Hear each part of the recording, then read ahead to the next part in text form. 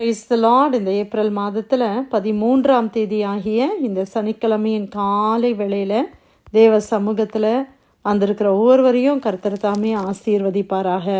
இந்த நாளிலும் நம்ம தியானிக்கிற கர்த்தருடைய வார்த்தை நம்முடைய பரிசுத்த வேதாகமத்தில் யோவான் எழுதின சுவிசேஷம் 6ஆம் அதிகாரம் 15வது வசனம். The Gospel Book of John, chapter 6, verse 15. ஆதலால் அவர்கள் வந்து தம்மை ராஜாவாக்கும்படி பிடித்து கொண்டு போக மனதாயிருக்கிறார்கள் என்று இயேசு அறிந்து மறுபடியும் விலகி தனியே மலையின் மேல் ஏறினார். அல்லேலூயா. கர்த்தருடைய வார்த்தைக்காய் கர்த்தரை ஸ்தோத்திரிக்கலாமா?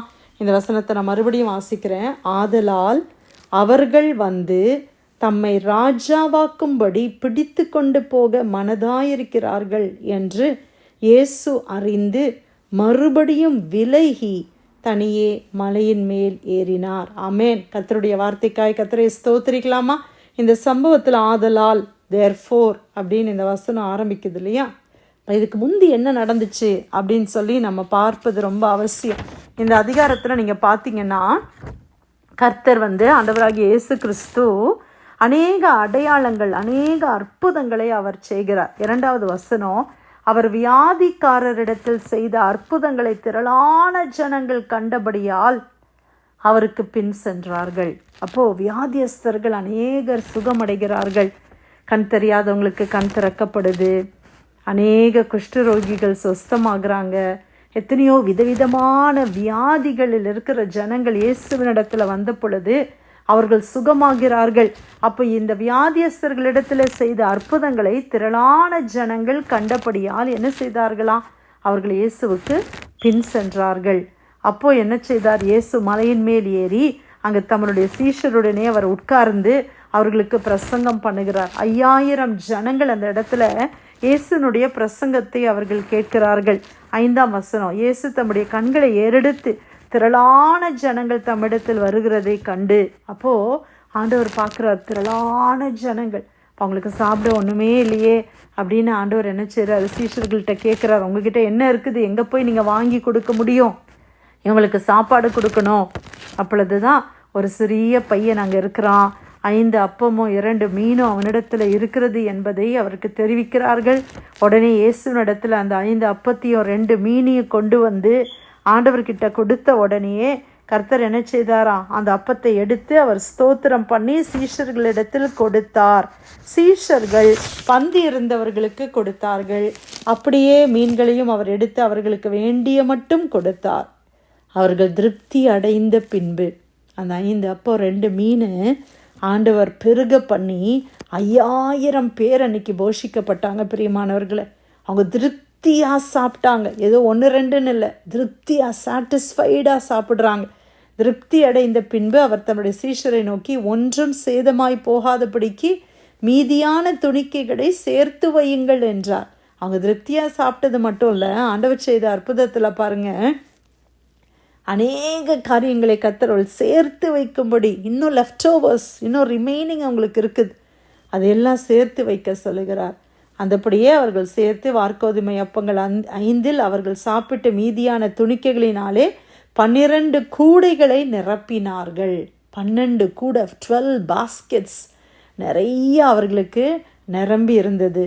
14வது வசனம், இயேசு செய்த அற்புதத்தை அந்த மனுஷர் கண்டு மெய்யாகவே இவர் உலகத்தில் வருகிறவரான தீர்க்கதரிசி என்றார்கள். அல்லேலூயா. இப்போ இந்த ஜனங்கள் முதல்ல அற்புதத்தையும் முதல்ல ஆண்டவர் வியாதியஸ்தர்களை சுகப்படுத்துகிறதையும் பார்த்து பின் சென்றார்கள். இப்போ ஆண்டவர் 5 அப்போ 2 மீனை வச்சு என்ன செய்கிறார்? 5000 பேருக்கு போஷித்தது மட்டும் இல்லை, 12 கூட நிறைய மீதம் எடுத்து அந்த காட்சியெல்லாம் பார்த்த உடனே அவங்க என்ன செய்தாங்களாம்? இயேசுவை பார்த்து என்ன சொல்கிறார்கள்? மெய்யாகவே இவர் உலகத்தில் வருகிறவரான தீர்க்கதரிசி, இவர் ஒரு ப்ராஃபெட், இவர் ஒரு தீர்க்கதரிசி அப்படின்னு சொல்லி அவர்கள் சொல்லுகிறார்கள். அடுத்த வசனம் தான் நம்ம இப்போ வாசித்தோம், 15ஆம் வசனம். ஆதலால், அப்போ ஜனங்கள், இப்போ இந்த அட்மாஸ்பியர் எப்படி இருக்குது அப்படின்னு உங்களுக்கு புரியுது இல்லை? ஒரு பெரிய அற்புதம் நடந்திருக்குது. ஒரு பெரிய ஒரு கிரகிக்க முடியாத அற்புதத்தை இயேசு செய்திருக்கிறார். அதை ஜனங்கள் பார்த்திருக்கிறார்கள். உடனே அந்த ஜனங்களுக்கு தெரியுது, இவர் ஒரு விசேஷமான ஒரு பர்சன், இவர் ஆர்டினரியான ஒரு நபர் அல்ல, இவர் தீர்க்கதரிசி அப்படின்னு சொல்லி அவர்கள் அறிந்து கொள்ளுகிறார்கள். ஆனால் இயேசு செய்த காரியம் என்ன தெரியுமா? ஆதலால் அவர்கள் வந்து தம்மை ராஜாவாக்கும்படி பிடித்து கொண்டு போக மனதாயிருக்கிறார்கள் என்று இயேசு அறிந்து. அப்போ இயேசு உடனே அவருக்கு புரியுது. என்ன புரியுது? இந்த ஜனங்கள் என்ன பண்ண போகிறாங்க? என்னை வந்து வலுக்கட்டாயமாய் பிடித்து கொண்டு போகிறார்கள். எதற்காக தெரியுமா பிரியமானவர்களை பிடித்து கொண்டு போகிறாங்க? ராஜாவாகும்படி, இயேசுவை ராஜாவாகும்படி அவங்க கொண்டு போகிறாங்கன்றதை இயேசு அறிந்தார். இயேசுவர் சிறைச்சாலைக்கு அவங்க கொண்டு போகல, இயேசுவை தொந்தரவு பண்ணணும்னு அவங்க கொண்டு போகல, இயேசுவை வந்து கல்லெறியணும், அவர் ஏதோ ஒரு பிரச்சனையில் மாட்ட வைக்கணுன்றதுக்காக அவங்க வரல. அவங்க எதுக்கு வர்றாங்க? இயேசுவை ராஜாவாக்க வேண்டும் என்று வருகிறார்கள். அதை இமீடியட்டாக இயேசு ஆவியில் அறிகிறார். அவர் என்ன செய்தார் தெரியுமா? அந்த வசனம் சொல்லுது, மறுபடியும் விலகி, இயேசு அவர்களை விட்டு விலகி போனார்.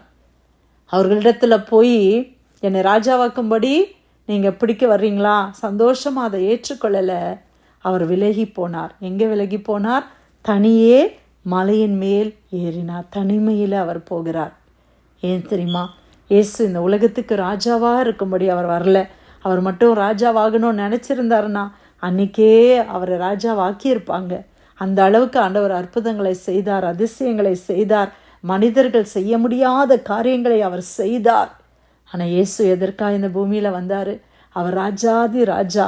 அவருடைய ராஜ்யம் இந்த உலகத்துக்கு அடுத்த ராஜ்யம் அல்ல என்பதை அநேக இடங்களில் அவர் தெளிவாய் பேசினார். ஆனால் ஜனங்களால் அதை புரிஞ்சு கொள்ள முடியல. இயேசு இந்த உலகத்துக்கு வந்த காரணம் என்ன? பிதாவினுடைய சித்தத்தை நான் செய்யணும், பிதா எனக்குன்னு ஒரு சித்தம் வைத்திருக்கிறார், அந்த சித்தத்தை நான் நிறைவேற்றணும். அதுதான் அவருடைய ஒரே ஒரு குறிக்கோள், வேறு ஒன்றும் இல்லை. அல்லேலூயா. இன்றைக்கி நம்மளை ஒரு சின்ன ஒருத்தர் புகழ்ந்துட்டாங்கன்னா நம்மளால் கால் தரையில் நிற்க மாட்டேங்குது. அப்படி தானே? இன்றைக்கி நம்மளுடைய வாழ்க்கையை யோசித்து பார்த்தா, ஒரு 2-3 பேர் புகழ்ந்துட்டாங்க, ஒரு 10 பேர் புகழ்ந்துட்டாங்க, ஐயோ நீங்கள மாதிரி இல்லை, நீங்கள் தான் த பெஸ்ட்டு அப்படின்னு சொல்லி நமக்கு ஒரு டீம் வந்துட்டாங்கன்னா அவ்வளோதான். அதுக்கப்புறமா அப்படி ஒரு நம்மளுடைய நிலைமையெல்லாம் மாறி விடுகிறது. இன்றைக்கி சோஷியல் மீடியாவில் பார்க்குறோம், எத்தனையோ காரியங்களை பார்க்குறோம். நம்ம போடுற ஒரு வீடியோ வைரலாக போயிடுச்சுன்னா அதுக்கப்புறமா அந்த பர்சனை பிடிக்க முடிய மாட்டேங்குது. இல்லையா பிரியமானவர்களே? இன்றைக்கி எப்படியோ ஜனங்கள் பேருக்காக, புகழுக்காக, தங்களை ஜனங்கள் பாராட்ட வேண்டும், புகழ வேண்டும் என்பதற்காக எத்தனையோ காரியங்களை செய்து கொண்டு இருக்கிற இந்த காலகட்டத்தில் இயேசுவினுடைய சுபாவத்தை நம்ம பார்க்கும்போது, இயேசு எதையுமே பிரபலமாக வேண்டும் என்பதற்காக எதையுமே செய்யலை அப்படின்றத மட்டும் நம்ம அறிந்து கொள்கிறோம் அல்லவா? இயேசு இன்னொரு இடத்துல பார்த்திங்கன்னா, அவருடைய அநேகர் வந்து சொல்லுவாங்க இயேசுவை பார்த்து, இயேசுவே நீங்கள் வந்து இந்த மாதிரி அற்புதங்கள் அதிசயங்கள் எல்லாம் நீங்கள் கிராமத்தில் செய்யக்கூடாது, நல்லா பட்டணத்தில் செய்யுங்க, அப்போ தான் நிறைய ஜனங்கள் பார்ப்பாங்க. அப்போ இயேசு சொல்லுவார், நீ என்ன ஆவியே உடையவர்களாக இருக்கிறீர்கள். அப்போது ஜனங்கள் அவர் மூலமாக பேர் புகழை பெற்றுக்கொள்ள வேண்டும் என்று நினைத்தார்கள். இயேசுவை பிரபலமாக்கணும்னு நினச்சாங்க. இயேசு பிரபலமாகும்படி அவர் வரல, அவர் பாப்புலாரிட்டிக்காக வரல, அவர் ஒரு மிஷன் ஓட வந்தார். ஹல்லேலூயா.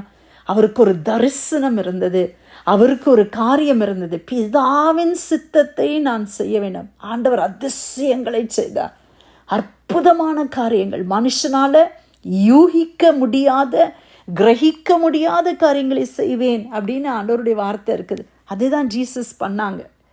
யாராலையும் பண்ண முடியாத, விஞ்ஞானத்தினால புரிஞ்சு கொள்ள முடியாத அதிசயங்களை இயேசு செய்தார். ஆனால் அநேக இடத்துல நீங்கள் பார்த்தீங்கன்னா இயேசு அற்புதங்களை செய்யும்போது அவர் சொல்லுவார், யார்கிட்டையும் சொல்லாதீங்க, யாருக்கும் இதை பற்றி நீங்கள் சொல்ல வேண்டான்னு சொல்கிறார். அல்லேலூயா. இன்றைக்கி நம்ம எப்படி இருக்கிறோம்? மற்றவங்களை விட்டுருங்க, மற்றவங்களெல்லாம் குறை சொல்கிறத விட்டுட்டு நம்ம எப்படி இருக்கிறோம்? ஒரு காரியம் நம்மளை பற்றி நல்லது இருந்தால் உடனே என்ன சொல்கிறோம்? எல்லாத்தையும் சொல்லுங்கள், எல்லாம் ஷேர் பண்ணுங்கள், என்னோடய யூடியூப் சேனலுக்கு சப்ஸ்கிரைப் பண்ணுங்கள், இந்த காரியம் உங்களுக்கு ஆசீர்வாதமாக இருந்துச்சுன்னா அநேகருக்கு அதை ஸ்ப்ரெட் பண்ணுங்கன்னு சொல்கிறோம். ஜீசஸ் அன்றைக்கி என்ன சொன்னாங்க? குட் நியூஸை மட்டும் ஸ்ப்ரெட் பண்ண சொன்னாரே தவிர அவர் செய்த காரியத்தை அவர் பெருசாக நினைக்கல. பிரியமானவர்களே, அவர் தனித்து போனாராமே, அவர் ராஜாவாக்கும்படி அவர்கள் வருகிறார்கள். அந்த ராஜ்ய மேன்மை அவருக்கு வேண்டியதல்ல, அவர் அதை தள்ளிவிட்டார், அதை விட்டு விலகி போனார். அதை விட்டு விலகி மலையின் மேலே போகிறாரு, தனித்து போகிறார். யாரும் எனக்கு வேண்டாம், பிதாவோடு நான் பேச போகிறேன்னு சொல்லி அவர் பிதாவோடு தனித்து போய் அவர் ஜெபம் பண்ணினார். அப்படியான ஒரு சுபாவத்தை இன்னைக்கு நம்ம பெற்றுக்கொள்வோமா? ஹல்லேலூயா. யார் உங்களை புகழ்கிறாங்க, யார் உங்களை இகழ்கிறாங்கன்றதுல நீங்கள் டிஸ்ட்ராக்ட் ஆகிடவே கூடாது. இன்றைக்கி நம்மளுடைய டிஸ்ட்ராக்ஷன் நிறைய நேரம் ஒருத்தர் புகழ்ந்தாங்கன்னா கொஞ்சம் பெருமை வந்துடுது, இகழ்ந்துட்டாங்கன்னா அதுவும் நம்மளை டிஸ்ட்ராக்ட் பண்ணுது. ஏன் தெரியுமா? யாராவது நம்மளை டிஸ்கரேஜ் பண்ணிட்டாங்க, யாராவது நம்மளை இந்த மாதிரி கிரிட்டிசைஸ் பண்ணிட்டாங்க, ஊழியம் பண்ணுறோம் இல்லை ஏதோ ஒரு நல்ல காரியம் பண்ணுறீங்க, ஒருத்தவங்களை கிரிட்டிசைஸ் பண்ணுறாங்க, உடனே என்ன வந்துடுதுன்னா அவங்க மேலே ஒரு வெறுப்பு வருது, சோர்வு வருது, டிப்ரெஷன் வருது, இனிமேல் நான் அதெல்லாம் பண்ண மாட்டேன் அப்படின்னு வருது. அப்போ ரெண்டுமே நமக்கு ஒரு ட்ராப், ஒரு கண்ணி. புகழ்ச்சியும் இகழ்ச்சி ரெண்டுத்தையும் விட்டு இயேசு விலகி போனார். அவருக்கு ஒரே ஒரு தரிசனம், ஆண்டவருடைய சித்தத்தை நான் செய்யணும். இன்றைக்கி நம்மளுக்கும் ஆண்டவர் ஒரு சித்தம் வச்சிருக்கிறார். உங்களையும் என்னையும் தேவன் படைத்ததற்கு ஒரு நோக்கம் உண்டு, ரட்சித்ததற்கு ஒரு நோக்கம் உண்டு, அழைத்ததற்கு அபிஷேகம் பண்ணினதற்கு ஒரு நோக்கம் உண்டு, தாளந்துகளை கொடுத்ததற்கு ஒரு நோக்கம் உண்டு. எதற்காக? நம்ம எதை செய்தாலும் தேவனுடைய நாமம் மகிமைப்படணும். என்னுடைய பேர் வரணுன்றது இல்லை, ஜீசஸ் உடைய நாமம் மகிமைப்பட வேண்டும். அப்படியாக நம்ம எல்லாரும் அப்படி நம்ம அந்த மைண்ட் செட் நமக்கு இருந்துச்சுன்னா இன்னைக்கு இயேசுவனுடைய நாமம் உலகமெங்கும் பிரஸ்தாபமாகி இருக்கும் இல்லையா? அல்லேலூயா. நம்ம பேரை ஜனங்கள் பெருசாக வைக்கணும், மனசில் வைக்கணும், ரிமெம்பர் பண்ணணும் அப்படின்றது இல்லை. இயேசுவை நீங்கள் விட்டுறாதீங்க, இயேசுவை மறந்துடாதீங்க. அதுதான் நம்ம பிரதிபலிக்கணும். யோவான் ஸ்நானகன் சொல்கிறார்ல ஒரு வசனம், நான் சிறுகவும் அவர் பெருகவும் வேண்டும். அதை இயேசு அப்படி எக்ஸாம்பிளில் காட்டுறாரு. பார்த்தீங்களா? இந்த நாளில் தேவன் கொடுத்த அருமையான வார்த்தைக்காய் கர்த்தரை ஸ்தோத்திரிக்கலாமா? யோவான் 6:15 வசனம், ஆதலால் அவர்கள் வந்து தம்மை ராஜாவாக்கும்படி பிடித்து கொண்டு போக மனதாயிருக்கிறார்கள் என்று இயேசு அறிந்து மறுபடியும் விலகி தனியே மலையின் மேல் ஏறினார். கர்த்தர் கொடுத்த நல்ல வார்த்தைக்காய் நன்றி செலுத்தி யாராவது நம்ம ஜெபிக்கலாமா?